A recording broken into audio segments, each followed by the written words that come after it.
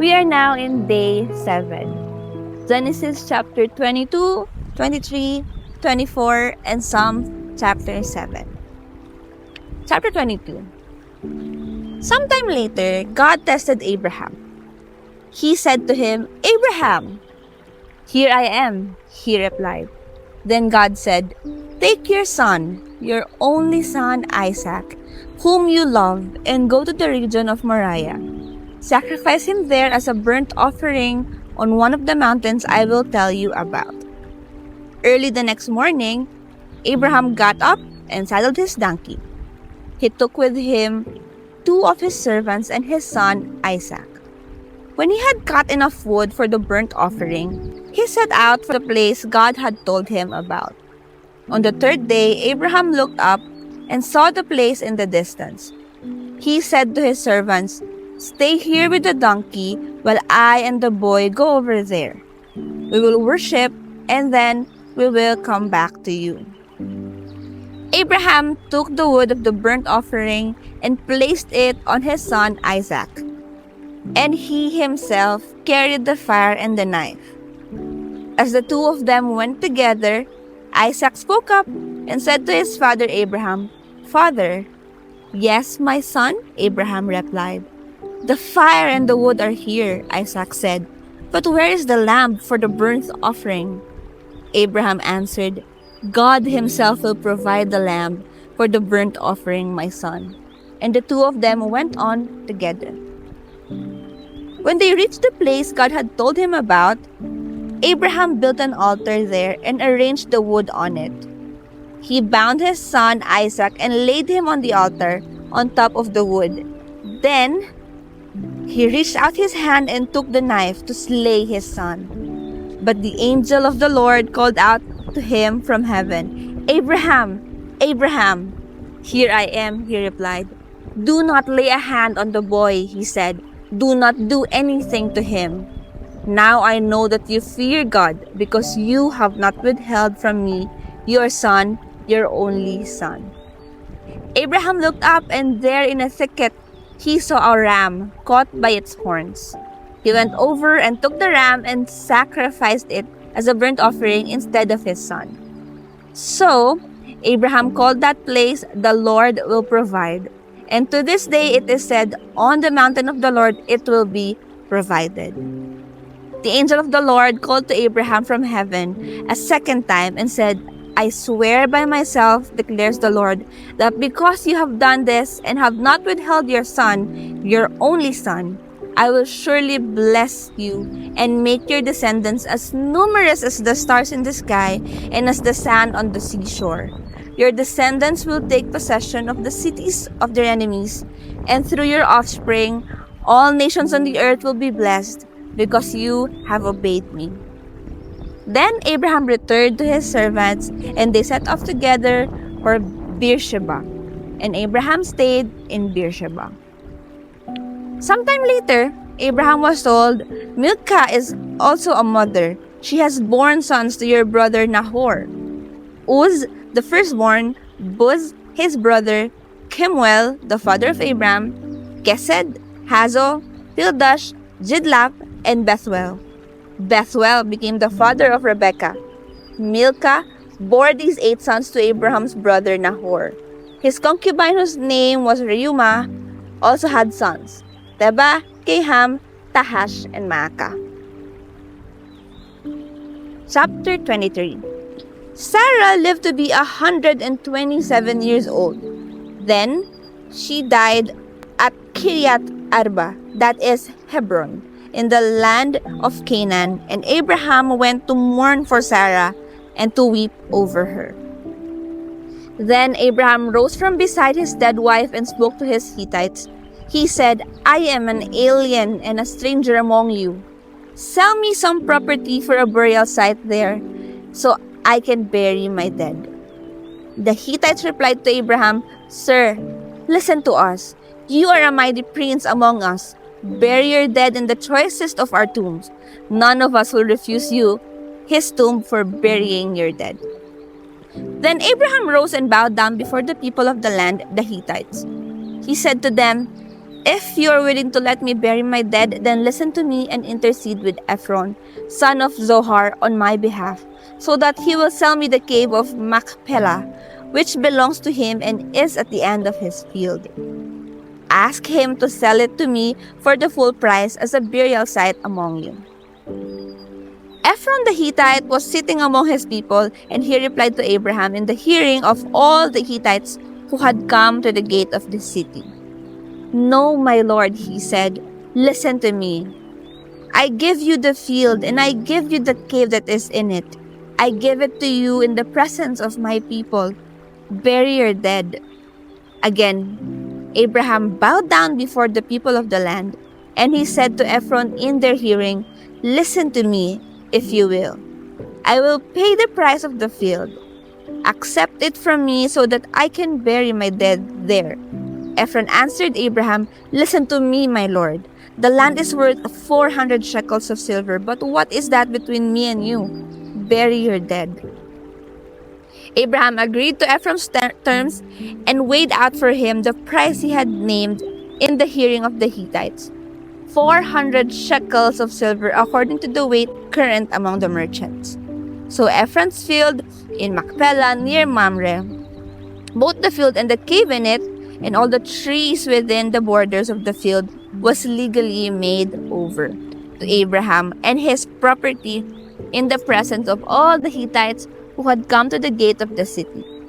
Afterwards, Abraham buried his wife Sarah in the cave in the field of Machpelah near Mamre, which is at Hebron, in the land of Canaan. So the field and the cave in it were legally made over to Abraham by the Hittites as a burial site.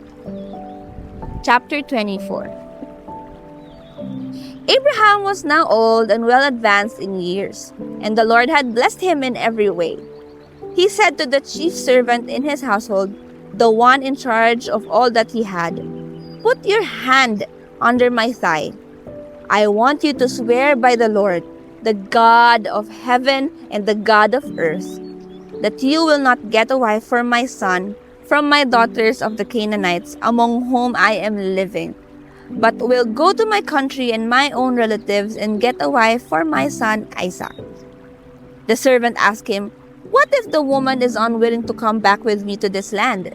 Shall I then take your son back to the country you came from?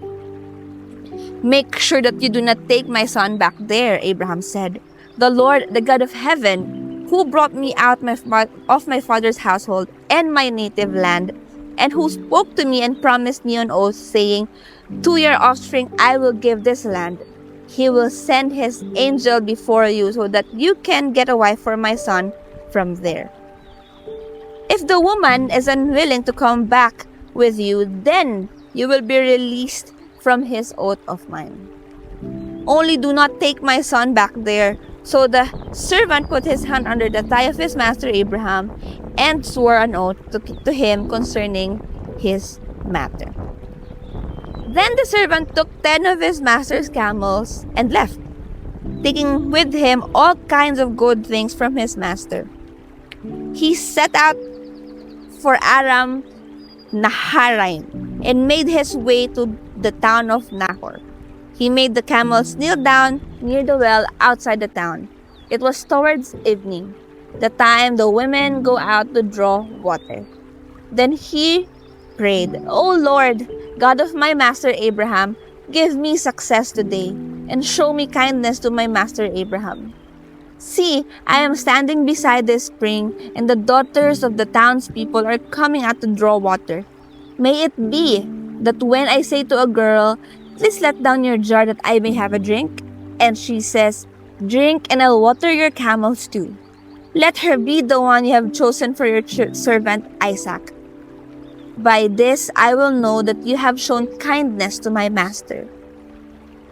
Before he had finished praying, Rebekah came out with her jar on her shoulder. She was the daughter of Bethuel, son of Milcah, who was the wife of Abraham's brother Nahor. The girl was very beautiful, a virgin. No man had ever lain with her.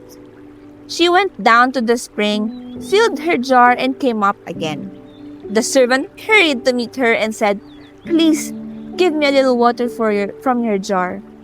"Drink, my lord," she said, and quickly lowered the jar to her hands and gave him a drink. After she had given him a drink, she said, "I'll draw water for your camels too, until they have finished drinking." So she quickly emptied her jar into the trough, ran back to the well to draw more water, and drew enough for all his camels. Without saying a word, the man watched her closely to learn whether or not the Lord had made his journey successful. When the camels had finished drinking, the man took a gold nose ring, weighed a beka, and 2 gold bracelets weighing 10 shekels. Then he asked, "Whose daughter are you? Please tell me, is there room in your father's house for us to spend the night?" She answered him, "I am the daughter of Bethuel, the son of Milcah, bore to Nahor." And she added, "We have plenty of straw and fodder, as well as room for you to spend the night." Then the man bowed down and worshipped the Lord, saying, "Praise be to the Lord, the God of my master Abraham, who has not abandoned his kindness and faithfulness to my master. As for me, the Lord has led me on the journey to the house of my master's relatives." The girl ran and told her mother's household about these things. Now, Rebekah had a brother named Laban, and he hurried out to the man at the spring. As soon as he had seen those nose ring and the bracelet on his sister's arms, he had heard Rebekah tell what the man said to her. He went out to the man and found him standing by the camels near the spring. "Come, you who are blessed by the Lord," he said. "Why are you standing out here? I have prepared the house and a place for the camels." So the man went to the house, and the camels were unloaded. Straw and fodder were brought for the camels, and water for him and his men to wash their feet. Then food was set before him, but he said, "I will not eat until I have told you what I have to say." "Then tell us," Laban said. So he said, "I am Abraham's servant. The Lord has blessed my master abundantly, and he has become wealthy. He has given him sheep and cattle, silver and gold, manservants and maidservants, camels and donkeys. My master's wife Sarah has borne him a son in her old age, and he has given him everything he owns. And my master made me swear an oath and said, 'You must not get a wife for my son from the daughters of the Canaanites, in whose land I live, but go to my father's family and to my own clan, and get a wife for my son.' Then I asked my master, 'What if the woman will not come back with me?' He replied, 'The Lord before whom I have walked will send his angel with you and make your journey a success, so that you can get a wife for my son from my own clan and from my father's family. Then when you go to my clan, you will be released from the oath, even if they refuse to give her to you. You will be released from my oath.' When I came to the spring today, I said, 'O Lord, God of my master Abraham, if you will, please grant success to the journey on which I have come. See, I am standing beside the spring. If a maiden comes out to draw water and say to her, "Please let me drink a little from your jar," and if she says to me, "Drink, and I'll draw water from your camels too," let her be the one the Lord has chosen for my master's son." Before I finished praying in my heart, Rebekah came out with her jar on her shoulder. She went down to the spring and drew water, and I said to her, "Please give me a drink."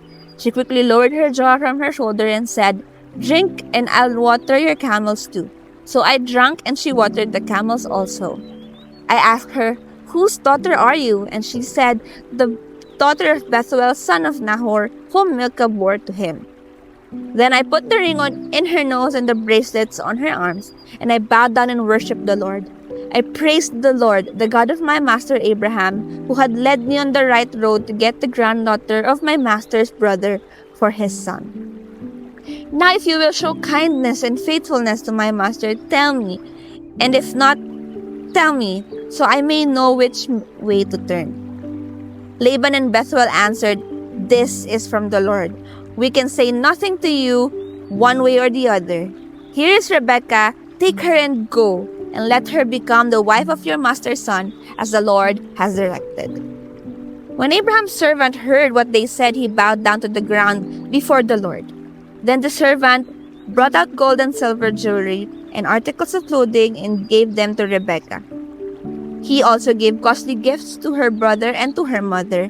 Then He and the men who were with him ate and drank and spent the night there. When they got up the next morning, he said, "Send me on my way to my master." But her brother and her mother replied, "Let the girl remain with us 10 days or so, then you may go." But he said to them, "Do not detain me, now that the Lord has granted success to my journey. Send me on my way so I may go to my master." Then they said, "Let's call the girl and ask her about it." So they called Rebekah and asked her, "Will you go with this man?" "I will go," she said. So they sent their sister Rebekah on her way, along with her nurse and Abraham's servant and his men. And they blessed Rebekah and said to her, "Our sister, may you increase to thousands upon thousands. May your offspring possess the gates of their enemies." Then Rebekah and her maids got ready and mounted their camels and went back with the man. So the servant took Rebekah and left. Now, Isaac had come from Beer Lahai Roi, where he was living in the Negev. He went out to the field one evening to meditate, and as he looked up, he saw camels approaching. Rebekah also looked up and saw Isaac. She got down from her camel and asked the servant, "Who is that man in the field coming to meet us?" "He is my master," the servant answered. So she took her veil and covered herself. Then the servant told Isaac all he had done. Isaac brought her into the tent of his mother Sarah, and he married Rebekah. So she became his wife, and he loved her, and Isaac was comforted after his mother's death. Psalm chapter 7. O Lord my God, I take refuge in you. Save and deliver me from all who pursue me, or they will tear me like a lion and rip me to pieces with no one to rescue me. O Lord my God, if I have done this and there is guilt on my hands, if I have done evil to him who is at peace with me, or without cause have robbed my foe, then let my enemy pursue and overtake me. Let him trample my life to the ground and make me sleep in the dust. Arise, O Lord, in your anger. Rise up against the rage of my enemies. Awake, my God, decree justice. Let the assembled peoples gather around you. Rule over them from on high. Let the Lord judge the peoples. Judge me, O Lord, according to my righteousness, according to my integrity, O Most High. O righteous God, who searches minds and hearts, bring to an end the violence of the wicked and make the righteous secure. My shield is God Most High, who saves the upright in heart. God is a righteous judge, a God who expresses his wrath every day. If he does not relent, he will sharpen his sword. He will bend and string his bow. He has prepared his deadly weapons. He makes ready his flaming arrows. He who is pregnant with evil and conceives trouble gives birth to disillusionment. He who digs a hole and scoops it out falls into the pit he has made. The trouble he causes recoils on himself. His violence comes down on his own head. I will give thanks to the Lord because of his righteousness, and I will sing praise to the name of the Lord Most High. God bless the reading of this word.